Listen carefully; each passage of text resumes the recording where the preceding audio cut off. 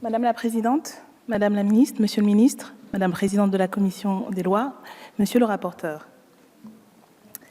I know a few things to be true. I do not know where I am going, where I am come from is disappearing. I'm unwelcome and my beauty is not beauty here. Je ne sais pas où je vais, d'où je viens est en voie de disparition. Je ne suis pas bienvenue et ma beauté n'est pas beauté ici. Mon corps brûle de la honte de ne pas appartenir, mon corps se languit. Je suis le péché de la mémoire et l'absence de mémoire. Je regarde les nouvelles et ma bouche devient un bac plein de sang. Les lignes, les formes, les gens derrière les bureaux, les cartes de téléphone, les officiers de l'immigration, les regards dans la rue, le froid qui prend demeure dans mes os, les cours d'anglais le soir, la distance qui me sépare de la maison. Peut-être est-il primordial de commencer cette intervention avec les mots d'une personne qui connaît la migration comme une réalité personnelle, intime, qui en connaît les coûts affectifs et qui peut mesurer l'amplitude des sacrifices.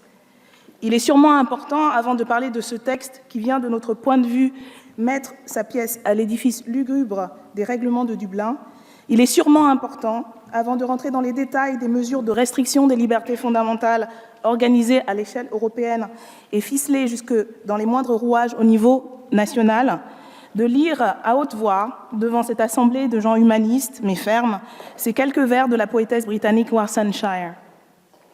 Cette proposition de loi n'est que le préambule de la réforme du droit des étrangers et des étrangères qui sera en discussion dans notre Assemblée prochainement. Cette proposition de loi prend part activement, de notre point de vue, au démantèlement du seul droit fondamental exclusivement accordé aux personnes étrangères, le droit d'asile. Et nous le disons sans démagogie, avec sérieux et gravité. Ce démantèlement de l'asile est, selon nous, une posture idéologique irréaliste et déraisonnable, qui reflète moins une crise des migrants et des migrantes ou des migrations qui ont toujours historiquement procédé par vagues successives ou simultanées, générant dans les sociétés de départ et d'arrivée de nécessaires adaptations. Non, il s'agit en réalité d'une crise de l'accueil de l'Europe, qui organise aujourd'hui la libre circulation des biens, des marchandises, des forces du travail, mais bouche l'horizon aux êtres humains. Le député Warsmann reprend la rhétorique classique et blâme une institution tierce pour ne pas avoir à assumer ses choix politiques. Cette proposition de loi se veut en application du régime d'asile européen. Elle dépasse en réalité les préconisations.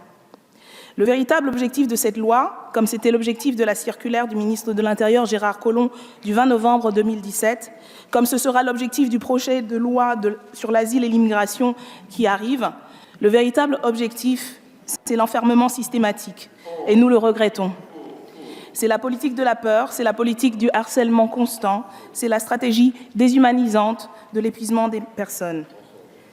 Vous faites une liste à l'article 1 de tous les cas où le dit risque de fuite, notion dont la Cour de cassation demandait précision, justifie un enfermement des personnes dites dublinées.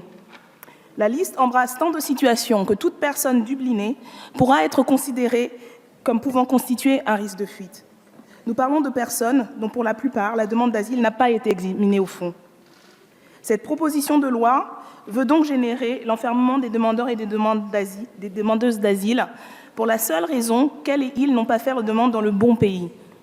Il s'agit ici de personnes qui ont fui leur pays pour différentes raisons, souvent complexes, et qui ne peuvent se réduire à une répartition aveugle et binaire entre ceux qui seraient de bons et de bonnes réfugiés politiques qui auraient vocation à être accueillis dignement et à bénéficier du droit d'asile, et de l'autre, tous les autres qui n'y auraient pas droit. Comme si l'exil contraint subi, qui est toujours une souffrance, quelles qu'en soient les raisons, autant pour les personnes qui partent que pour celles qu'elles quittent, pouvait constituer, en fonction de certains critères, une vocation. L'inhumanité de la logique qui sous-tend ce texte devrait suffire à ne pas le voter. Cela ne semble malheureusement pas suffisant à convaincre la majorité parlementaire et gouvernementale qui a défendu et adopté cette proposition de loi en première lecture et s'apprête à le faire aujourd'hui, certes avec quelques amendements et réticences ici et là en deuxième lecture. Je rajouterai donc que cette politique dite de fermeté est non seulement inhumaine, mais de surcroît contre-productive. Seuls 6% des procédures Dublin sont menées à leur terme.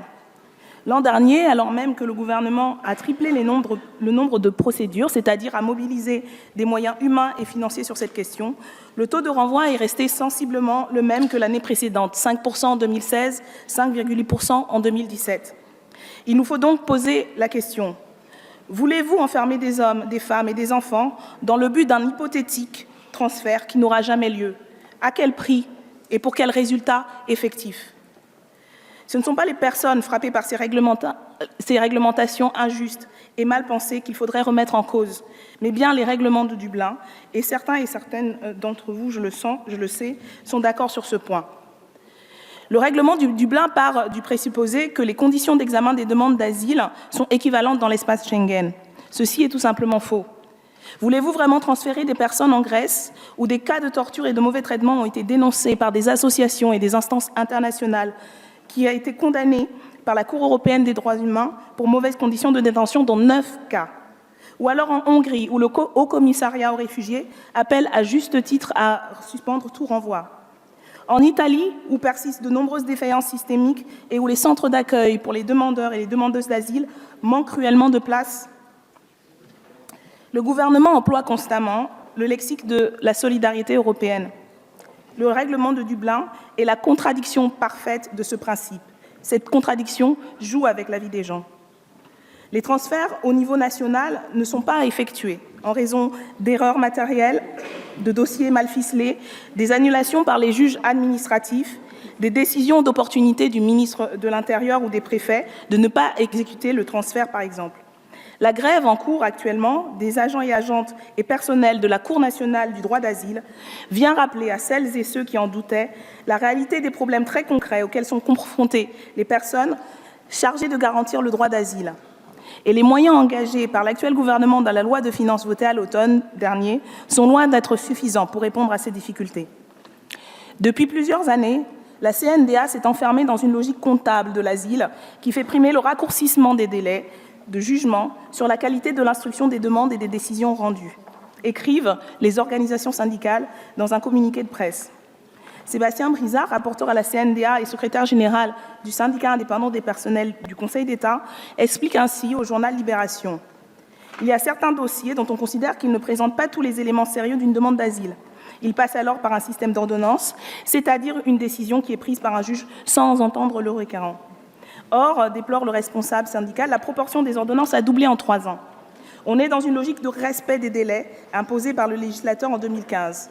Donc il y a un tri fait par les magistrats et ils n'ont pas le temps matériel, même en faisant de leur mieux, vu la quantité des dossiers, d'avoir un traitement fin. Les organisations ont appelé à une grève reconduite hier, évoquent aussi une charge de travail de plus en plus élevée et des audiences surchargées. Sébastien Brizard encore explique: en une journée d'audience, on traite 13 dossiers. Or, on n'écoute pas une personne de la même façon le matin et à 19h, après avoir entendu 12 autres dossiers. Ce temps de l'écoute n'est pas respecté et les dossiers sont de plus en plus compliqués, avec des problématiques plus fines analysées.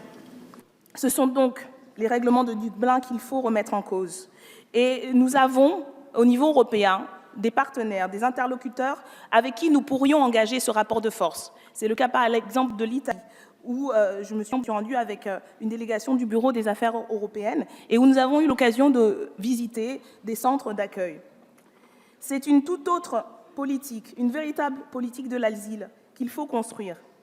Une politique de l'asile qui ne s'effondrerait pas dès qu'il y a un plus grand nombre de demandeurs et de demandeuses d'asile, sans quoi il ne s'agit de la part de nos pays que de contes qu'on se raconte pour réparer les torts et les atrocités commis dans le passé.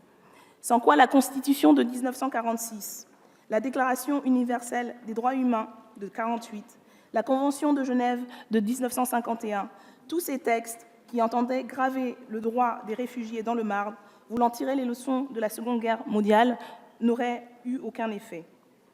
En ce début du XXIe siècle, à la première grande crise de la politique de l'accueil en Europe depuis cette guerre, crise, rappelons-le, qui est due en grande partie au conflit qui secoue le Moyen-Orient et un certain nombre de pays d'Afrique de l'Est.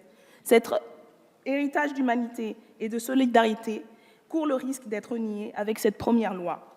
C'est pourquoi nous vous appelons, au nom de la France insoumise, à voter pour cette motion de rejet préalable.